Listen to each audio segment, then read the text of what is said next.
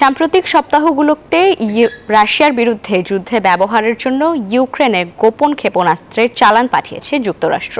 এক মার্কিন কর্মকর্তার বরাতে এ তথ্য জানিয়েছে বিবিসি।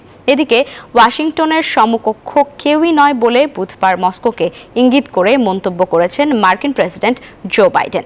ইউক্রেন ইসরায়েলের সামরিক সহায়তা প্যাকেজে স্বাক্ষর করেছেন তিনি।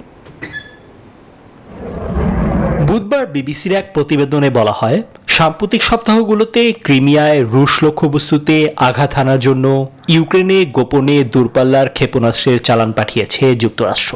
এ প্রসঙ্গে মার্কিন জাতীয় নিরাপত্তা উপদেষ্টা জেক সুলিভান বলেন, এসব ক্ষেপণাস্ত্র এরই মধ্যে 2 বার ব্যবহার করেছে ইউক্রেন। ভবিষ্যতে আরও ক্ষেপণাস্ত্র পাঠানো হবে ওয়াশিংটনের পক্ষ থেকে।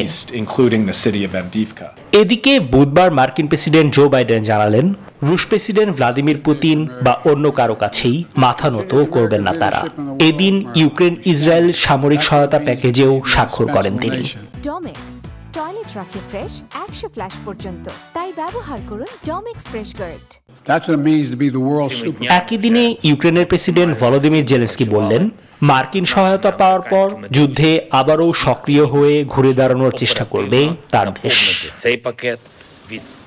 রাশিয়ার বিরুদ্ধে যুদ্ধে ইউক্রেনকে প্রতিরক্ষায় সহযোগিতার বিষয়ে বুধবার সম্মত হয়েছেন ব্রিটিশ প্রধানমন্ত্রী ঋষি সুনাক ও জার্মান চ্যান্সেলর ওলাফ শোলস।